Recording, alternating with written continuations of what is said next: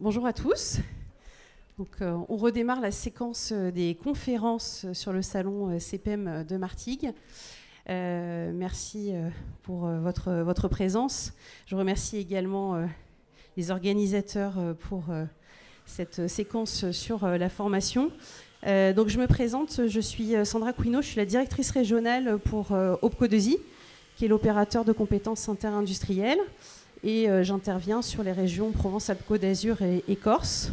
Et j'ai le plaisir ce matin, pour cette conférence, d'animer et de présenter différents acteurs sur les sujets et les enjeux majeurs de la formation. Alors sur les 2 premières journées des conférences, on a parlé de l'évolution, des défis de l'industrie. On a parlé aussi à un moment donné des femmes dans l'industrie.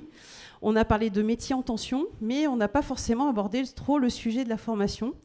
Donc en tant qu'opérateur, ça me convient tout à fait qu'on l'aborde, bien sûr. Donc l'industrie, elle évolue rapidement et la formation joue un rôle clé pour accompagner les transformations, qu'elles soient numériques. Et bien entendu, on a parlé beaucoup de la transition écologique et de la décarbonation. Aujourd'hui, on va explorer ensemble les enjeux et les perspectives de la formation dans le secteur industriel en mettant en lumière toutes les initiatives concrètes et les retours d'expérience du territoire. Donc j'ai la chance d'avoir un certain nombre de représentants, donc représentants avec une vision de l'entreprise industrielle, donc avec l'entreprise Acti. On va avoir une vision aussi d'acteurs institutionnels avec notamment les défis menés par le campus Industrie du futur qui va nous parler notamment de la filière aéronautique, voilà, qui est quand même une belle filière du bassin.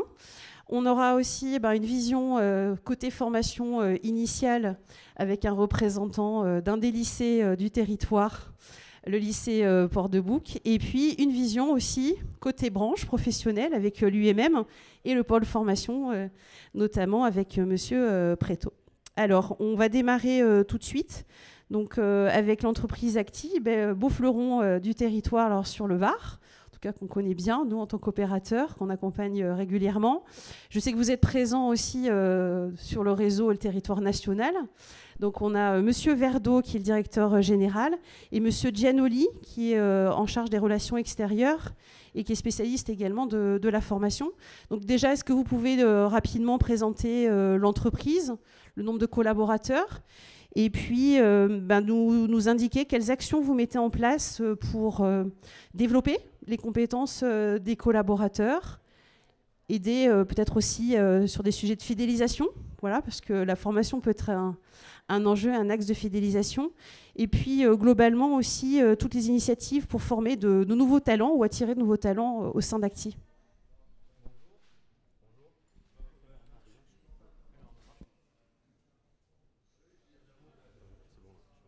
Bonjour. Bonjour, Thierry Verdeau, directeur général Acti. Je vais faire la partie de la présentation succincte de l'entreprise Acti. Nous sommes là depuis 25 ans. Nous avons à peu près 250 collaborateurs. Nous sommes basés à la Seine-sur-Mer, à Toulon, du côté de Antibes, la Corse, les Antilles et la Bretagne et la Ciotat. Nous avons 3 gros secteurs d'activité en industrie, en infrastructure et en réparation navale et construction navale récemment, dont la construction en PEHD aussi. Ces secteurs-là sont tenus par des pôles qui développent chacun des compétences particulières en fonction de la demande du client. Voilà, ça c'est pour résumer la partie de la présentation. Donc on est spécialisé dans la réparation navale, dans la maintenance industrielle sur les usines et aussi dans tout ce qui est infrastructure, la construction de bâtiments en structure métallique, car nous sommes équipés d'un banc FICEP automatisé, un banc de sciage FICEP.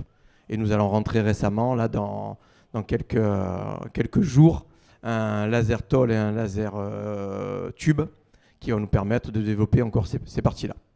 Maintenant, on va passer sur l'aspect formation, parce que vous êtes là pour ça. Et c'est Jean-Pierre qui va prendre le relais. Merci à tous. Bon. Alors, comme on peut remercier déjà le travail que nous faisons avec l'OPCO, avec l'OPCO2I, qui est un partenaire permanent de notre évolution, et avec l'UIMM. Première remarque, je suis un peu disruptif, je suis désolé. la plupart des entreprises présentes ici sont sur des territoires d'industrie.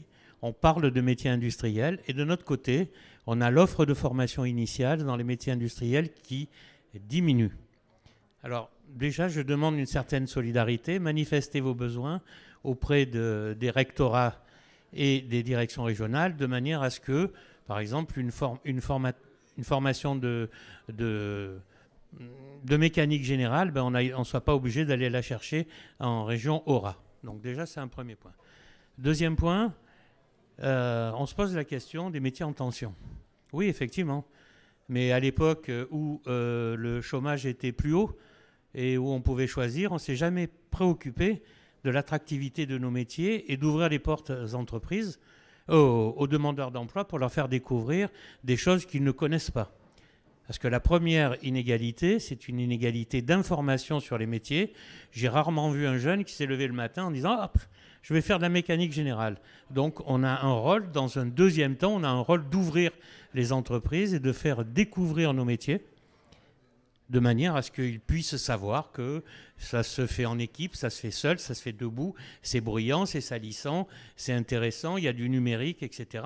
Aujourd'hui, à part des boutiques Bouygues, Sephora ou éventuellement des magasins de fringues, mais de moins en moins, bon, il n'y a pas de vision réelle de l'activité économique pour un jeune de 16, 17, 18 ans.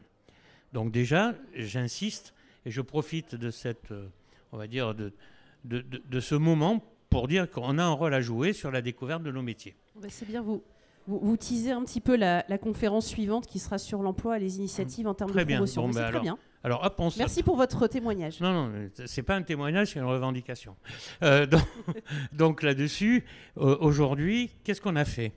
D'abord, on a formé en interne des formateurs. Nos salariés, certains de nos salariés sont aujourd'hui qualifiés formateurs par une formation de formateur. Ça, c'est un premier point.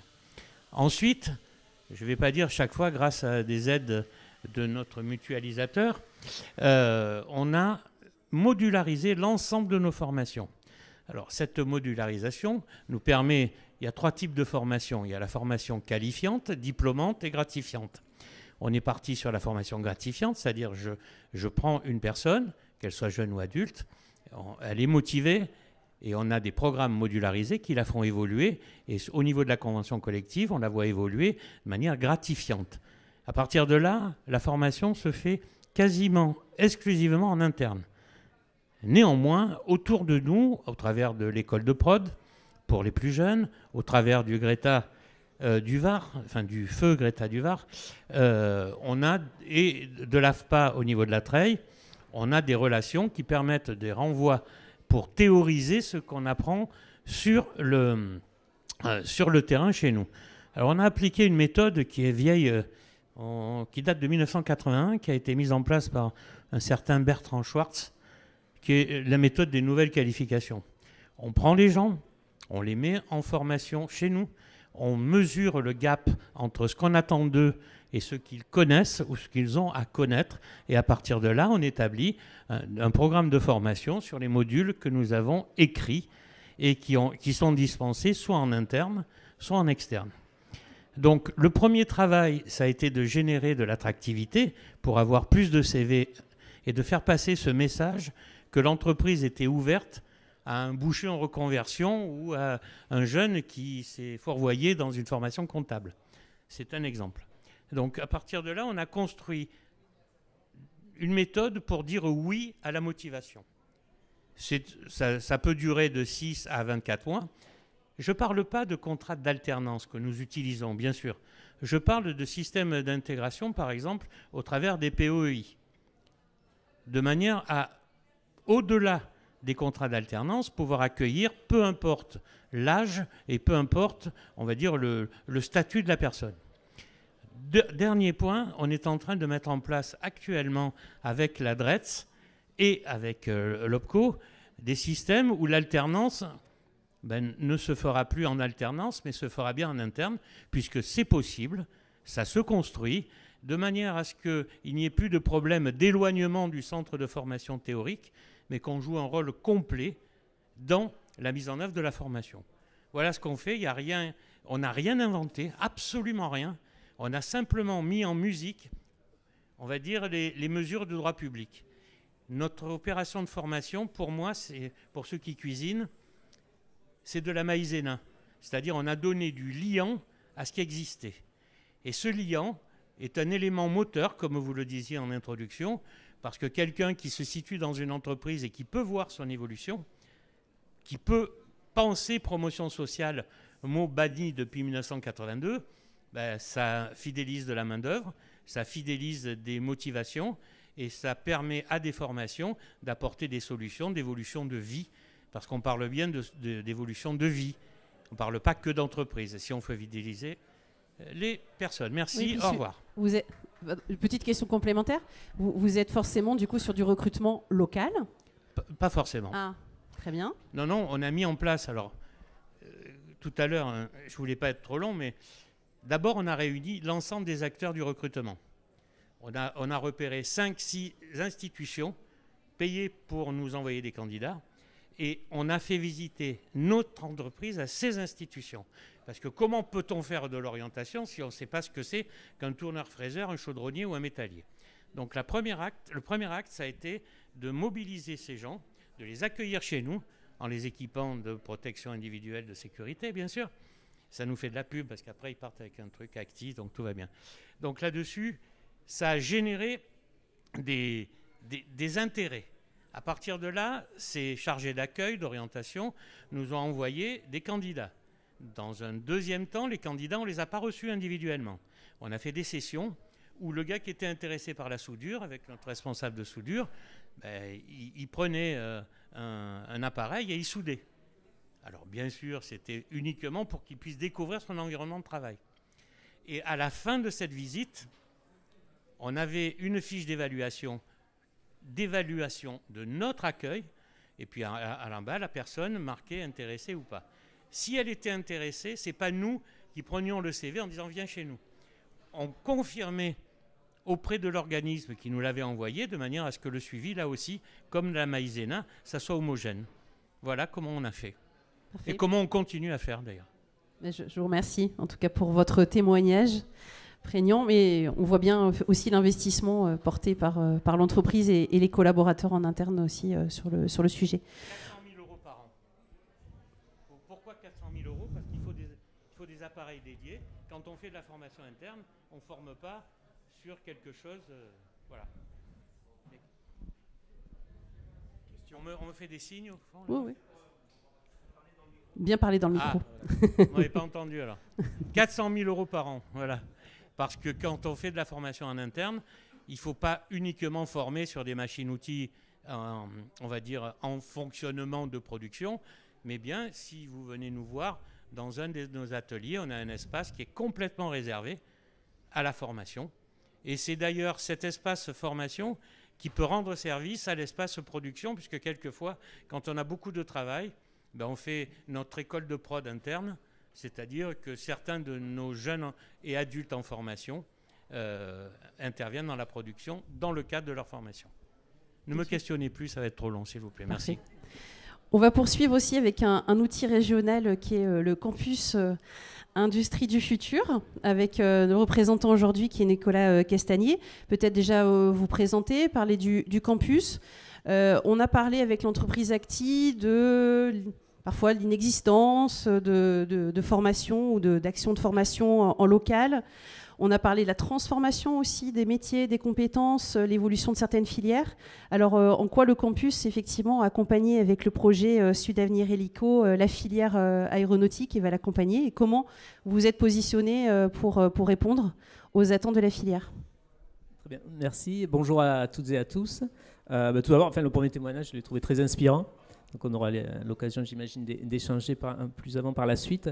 Alors, me concernant, donc, je suis Nicolas Castagnier. Donc, j'ai rejoint le campus il y a quelques mois. Donc, je suis issu de la filière aéro, d'Airbus Hélicoptère. Et donc, je suis détaché au sein du campus sous la forme d'un mécénat de compétences pour accompagner les projets liés à la filière aéro et en particulier celui que vous évoquiez, Sudavenir Hélico. Alors le campus en quelques mots, on a un stand sur le campus, n'hésitez pas à y aller pour avoir beaucoup de renseignements sur les initiatives en cours, ce que peut vous apporter le campus. Mais en quelques mots, donc c'est une association créée il y a plus de 10 ans et qui a pour vocation, j'ai bien aimé l'image de la maïzena, de faire du lien, de fédérer tout un réseau d'acteurs, que ce soit des acteurs de l'éducation nationale, les entreprises, en lien avec les institutionnels également, la branche, l'UMM en particulier, et qui a donc pour vocation d'accompagner le développement ou l'optimisation des parcours professionnels afin d'optimiser l'adéquation entre les besoins des entreprises et ce que peut offrir tout l'écosystème formation, que ce soit formation niveau secondaire ou supérieur. Alors concernant la filière hélico, qui est actuellement en transformation et qui est face à de nouveaux défis, des défis en matière de compétitivité en particulier. Donc on est sur un marché, le marché de l'hélicoptère, qui est en croissance, notamment dans les domaines de la défense, puis avec la décarbonation de l'aviation, il y a beaucoup de projets qui vont amener du business. Mais à l'heure actuelle, disons que la filière hélico en France a un déficit de compétitivité. Donc si on veut vraiment pouvoir capter une partie de ces opportunités en matière de croissance, il va falloir nous transformer pour gagner en compétitivité. Donc ça, c'est tout l'enjeu. Donc on a plusieurs axes de travail qui sont la transformation déjà des infrastructures, notamment chez Airbus Hélicoptère. Le site de Marignane, Vitrolles va se transformer. 60% des bâtiments vont être soit rénovés, soit détruits et reconstruits pour s'adapter aux nouveaux besoins et être modernisés. L'environnement également, à Vitrolles, avec la création d'un centre intermodal pour permettre des connexions plus aisées avec les principaux sites industriels et aéros en particulier de la région, avec une gare routière qui sera à côté de la gare et un nouveau téléphérique, un système qui permettra de relier la gare Vamp à Vitrolles avec l'aéroport de Marseille-Provence, avec un arrêt intermédiaire au niveau d'Airbus Hélicoptère. Puis toute une série de mesures liées à améliorer les infrastructures, les moyens de production, à transformer aussi les processus industriels, à intégrer de nouvelles briques technologiques, et puis enfin accompagner l'évolution des métiers et donc la transformation des compétences. Et donc sur cet axe stratégique en particulier, donc le campus, en partenariat avec de nombreux acteurs, une 50aine d'acteurs, a déposé un dossier d'AMI-CMA, donc on a répondu à un appel à manifestation d'intérêt compétences métiers d'avenir dans le cadre de France 2030. Nous sommes lauréats, donc nous allons pouvoir exécuter ce projet qui, en quelques mots, va permettre d'améliorer les parcours professionnels en lien avec tout l'écosystème que j'évoquais tout à l'heure, avec lequel le campus travaille au quotidien. Travailler aussi sur de nouveaux contenus pédagogiques, donc de l'innovation pédagogique et de nouveaux moyens avec l'amélioration des plateaux techniques des lycées partenaires, avec le développement d'une nouvelle académie de l'hélicoptère à Vitrolles, à côté de la gare Vamp, qui s'appellera ce sera l'académie de l'hélicoptère et qui aura en son sein deux pôles, un pôle plutôt orienté mécanique, usinage de haute précision, qui s'appellera la Mécadémie, et un autre, Heli Academy, plutôt dédié au métier de l'assemblage de l'hélicoptère, qu'on retrouve dans la filière, donc et qui est assez varié, donc avec des électriciens, des ajusteurs, des agents composites, etc. Quels publics sont visés dans ce projet Sudavenir Hélico ? Donc on vise un large public, des jeunes qui sont en formation, et notamment les apprentis qui pourront faire leur partie d'apprentissage, immersion en entreprise, qui pourront le faire dans l'académie, parce que dans l'académie, l'ambition, c'est aussi d'essayer de reproduire des postes de travail au plus près de la réalité des postes de travail qu'on trouve dans les entreprises partenaires. Donc ça permettra de finaliser, de parachever la formation de ces publics-là et de travailler vraiment en conditions quasi réelles et de pouvoir être préqualifiés par les entreprises dans lesquelles ils sont destinés à travailler. Et ce qui permettra à ces entreprises-là de perdre moins de temps à les former avec des tutorats en interne. Donc chez Airbus Hélicoptère, le tutorat qu'on appelle OJT peut durer jusqu'à 9 mois sur la ligne d'assemblage du Super Puma, qui est un des appareils les plus complexes. Mais, donc ça pénalise la production, ça mobilise des tuteurs. Donc l'idée, c'est vraiment d'essayer de raccourcir au maximum cette phase d'intégration, de qualification dans les entreprises en faisant des modules spécialisés de formation pour développer des compétences très... qui correspondent précisément aux tâches qu'auront à réaliser les jeunes lorsqu'ils intégreront l'entreprise. Ce schéma-là, il s'appliquera aussi pour des publics adultes en reconversion à travers les dispositifs de CQP, de titres pro, et qui seront aussi colorés et complétés par des modules spécifiques pour préparer vraiment à l'intégration dans les entreprises de la filière. Globalement, c'est répondre aux difficultés, ce qu'on parle de l'adéquation, en fait, finalement, souvent entre l'offre de formation et le besoin terrain. C'est ça, et notre ligne de conduite, c'est vraiment d'apporter un complément, de ne pas faire concurrence à ce qui existe, mais apporter un complément pour optimiser les parcours de formation et faire ce qu'on appelle du end-to-end communément, c'est-à-dire de former de A à Z pour avoir une personne qui soit formée, quasi prête à démarrer son activité sur un poste de travail donné, pré-identifié. Donc l'idée, c'est de savoir la personne qu'on va sélectionner très en amont, à quel type de poste de travail précisément elle se destine, et pouvoir l'accompagner avec un parcours qui sera quasiment construit sur mesure en fonction de son niveau de compétence à l'entrée, du niveau attendu ou visé par rapport au poste, et en utilisant des briques de compétences et des modules de formation associés à ces briques de compétences. Les actions déjà démarrées on démarre à peine. Le projet suscite déjà beaucoup d'intérêt, donc on est en train de structurer le partenariat et de finaliser, je dirais, le plan de financement pour pouvoir concrètement lancer toutes ces actions-là. Alors l'Académie de l'hélicoptère, qui est quand même le projet phare de ce programme-là, devrait voir le jour en 2028. Donc la construction devrait démarrer l'année prochaine si tout va bien. Après, il y a tout un autre ensemble d'initiatives qui sont embarquées dans ce programme concernant l'attractivité de la filière, la promotion des métiers. On aura notamment un showroom au sein de cette Académie de l'hélicoptère qui sera accessible à toute la filière et à tous les industriels et tous les collèges du territoire. Et puis donc avec notamment France Travail, mais je crois que c'est aussi l'objet de la conférence suivante, des initiatives aussi qui seront portées. Ça commencera avec les WorldSkills au mois d'octobre aussi. Oui. Parfait, merci. On a évoqué dans les sujets de la formation aussi la cartographie de l'offre de formation côté éducation nationale, et on a la chance d'avoir aussi un représentant avec le représentant du lycée de Port-de-Bouc au niveau de Jean Moulin.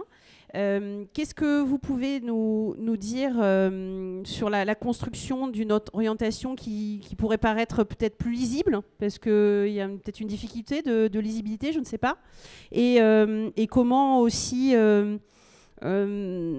attirer rapidement les jeunes dès le collège, et enfin quelles responsabilités doivent prendre aussi les entreprises en fait dans ces orientations, dans ces choix aussi. Alors bonjour à toutes et à tous, François Grouard, donc responsable bureau des entreprises. Alors ça veut dire quoi? Ça veut dire qu'en 2023 a été lancée la réforme des lycées pro professionnels.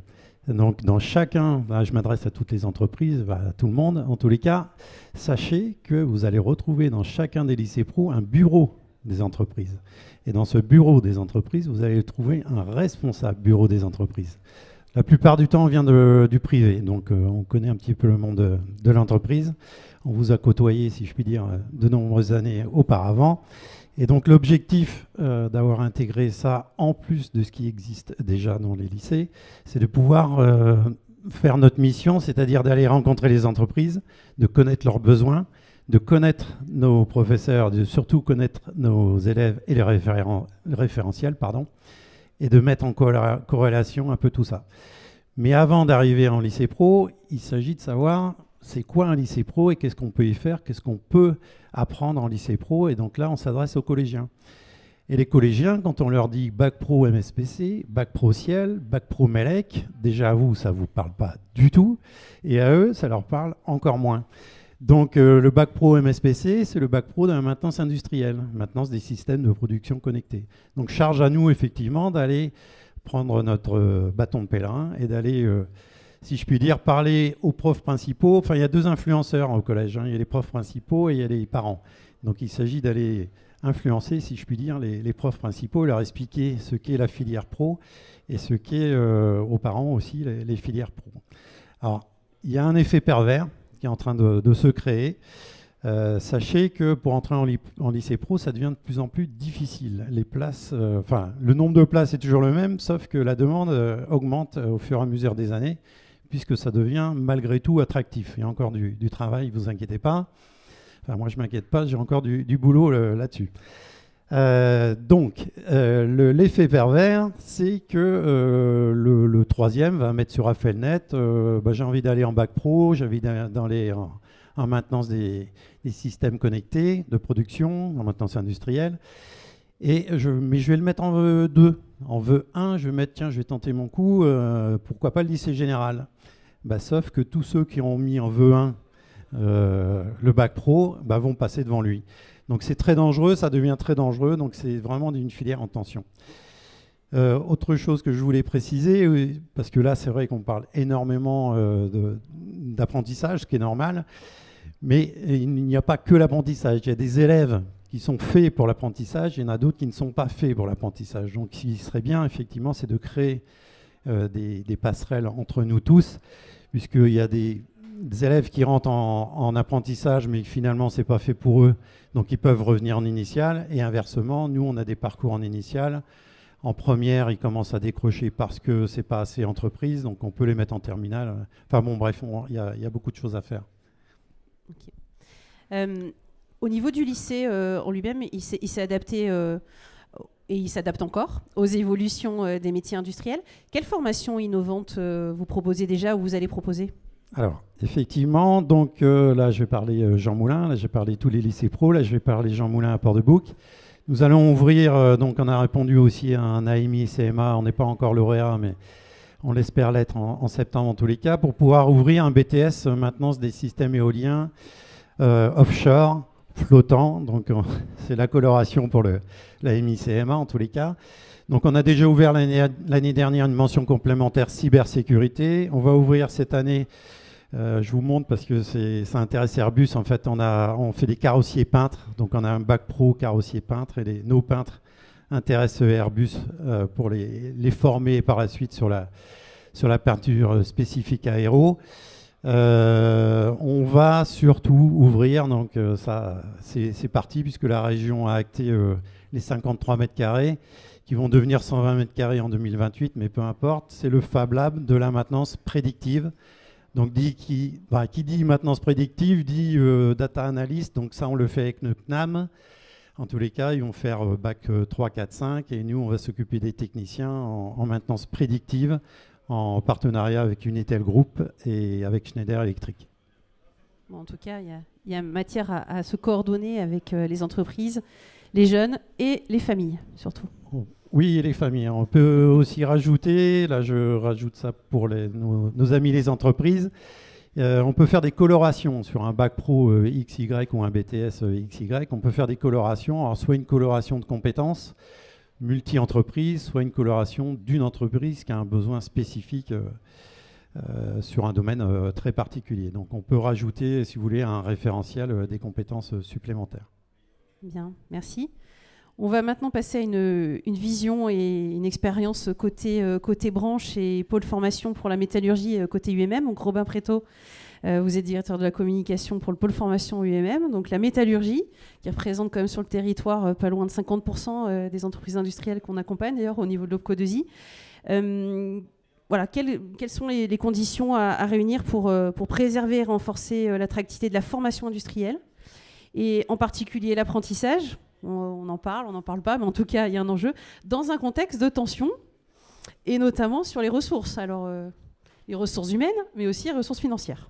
Oui, les ressources humaines, effectivement, déjà ça, parce que comme on l'a dit, là, on vit un peu une troisième révolution industrielle sur le territoire, avec ce qu'on voit à la télé tous les jours. Hein. Il y a des grands projets qui arrivent industriels ici dans notre région, en particulier dans les Bouches-du-Rhône, et puis il y a des industries qui sont là depuis très longtemps, qui évoluent aussi. Je pense à ArcelorMittal, je pense à ASCO qui est devenu Marcegaglia. Et toutes ces transitions-là, des projets comme Carbone qui veut embaucher 3000 personnes sur le bassin de Fos, comme Gravity environ 500, ça crée un effet d'aubaine qui est intéressant pour nous, industriels, et puis pour les jeunes qui arrivent. C'est-à-dire qu'il y a de l'emploi, ils vont avoir le choix, ils vont avoir de l'emploi qualifié avec de la valeur ajoutée. Pour rappel, l'industrie, ça rémunère entre 25 et 27% de plus que n'importe quel autre secteur privé. Et ça va être des métiers qui donnent du sens, puisqu'on est en train de... Enfin, l'industrie n'est plus l'industrie de Zola, quand même. Donc ça devient de plus en plus digitalisé, ça devient de plus en plus décarboné. Il y a encore de gros efforts à faire, on en est conscient. Mais c'est quand même aussi des valeurs qui parlent aux générations nouvelles.